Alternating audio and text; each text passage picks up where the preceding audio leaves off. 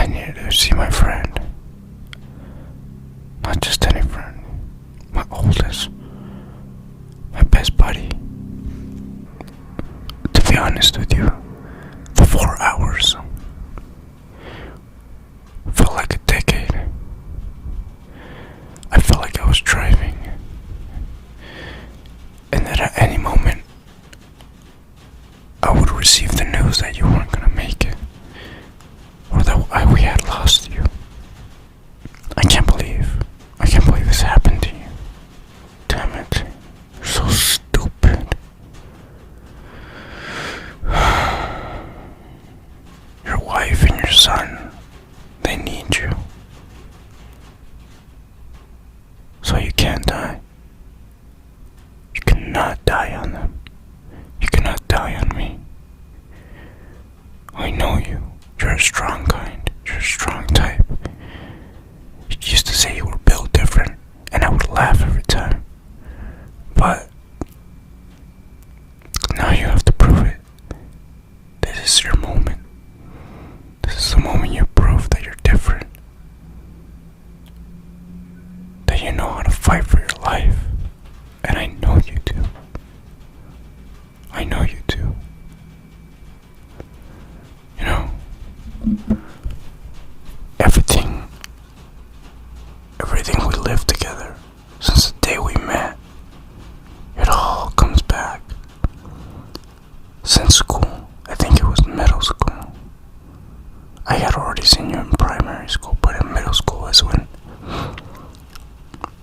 life allowed us to become friends. I still remember the first time we got drunk together. We bought a couple of beers. Or I think we stole them. I think we stole them. And we went upstairs to drink them in my room without anybody noticing or seeing that we had beer. And we got drunk with one beer. We were so tipsy. And I remember just climbing down the stairs to leave the house and go play some ball. But I remember when we were going downstairs, my mom was there. I'm talking about we were like 14, 15 years old, I think.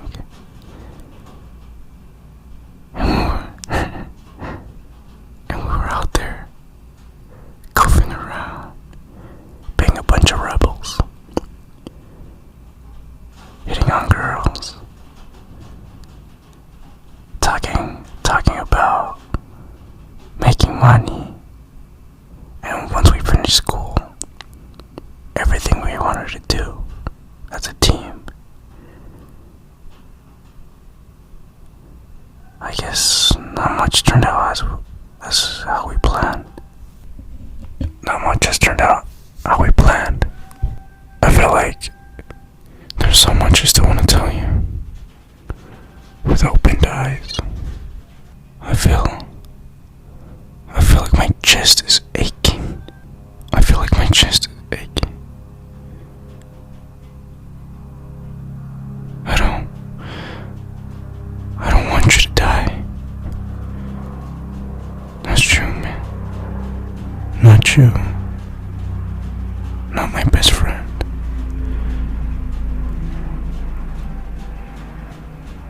And yes, I say my best friend, because even though we lived in different states, the memories and the experiences we made together, that's what keeps me bonded.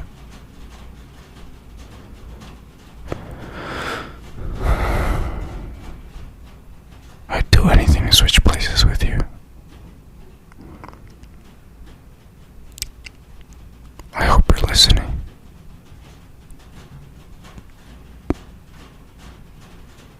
I really hope you're listening. I need to believe that you are, because I won't stand if anything bad happens and I lose you. I can't stand not saying goodbye to you, so I need to believe that that this is real, that you could hear this. Thanks to you, my teenage years were the best. We used to go ride motorcycles and go to the motorcycle races. The illegal ones were the best ones, where we felt a rush of adrenaline. And I remember one time, they gave us a ride to the races because we were known already. And that time, I remember everyone was having a blast. Girls, drinks, party. There was laughter everywhere. And we knew eventually the cops would get there, as they always did, to try and crash the party. And they did. I remember it was a freeway, and the cops surrounded us, and you and I had to jump into a river. We had to hide, and we jumped into a river, and everyone left. The man who gave us a ride left. Some were caught by the cops, and when the coast was clear, we climbed out of the river, and we had to walk our way back home. Wet. It was a night. It was at midnight. I think it was like at 2 or 3 a.m. It was a 2-hour, 3-hour walk. And I remember in that freeway, before we met the city again, before we were around stores, city lights, it was just a freeway. And you and I had a talk.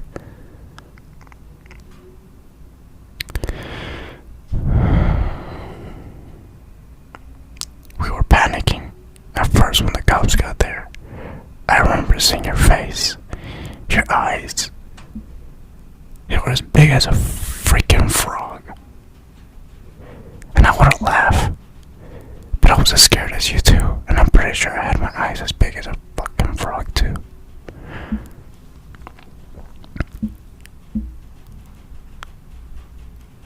But we made it. Eventually we made it back to our house.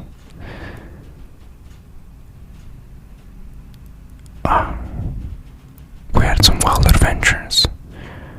And it's all coming back to me. It's all coming back to me. Like the first time we got shot. Well, the bullet didn't hit us, but we got shot at. It missed.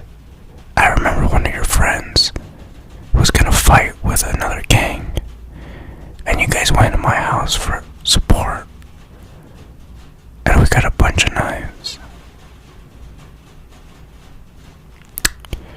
On our way, we recruited on our way. I think it was like 12 more men, all walking to the other hood.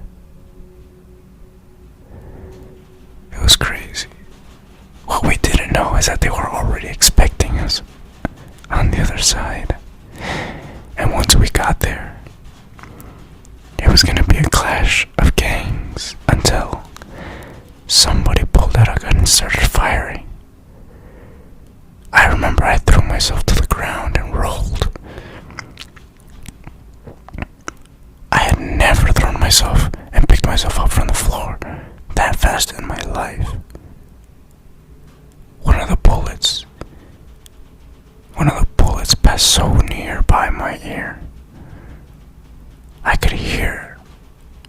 I swore I heard the whistling of the bullet.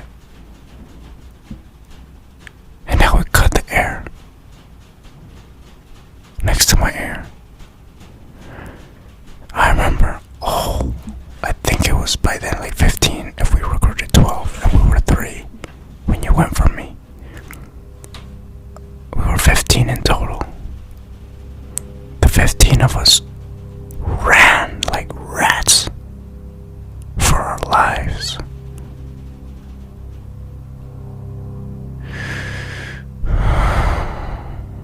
And now you're here.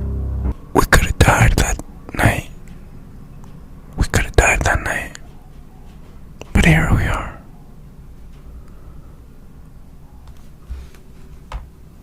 We could have died that night.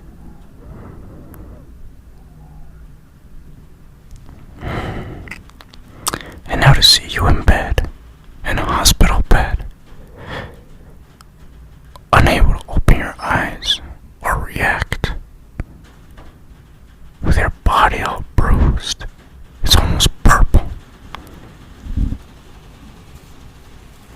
It pains me. It pains me to see you this way.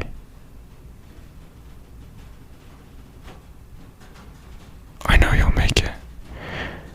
Don't give up. Do not give up. I know you're a fighter.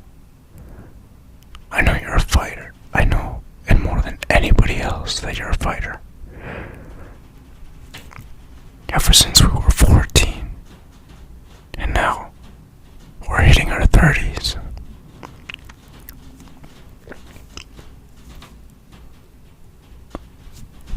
I can dare say I know you better than your wife knows you.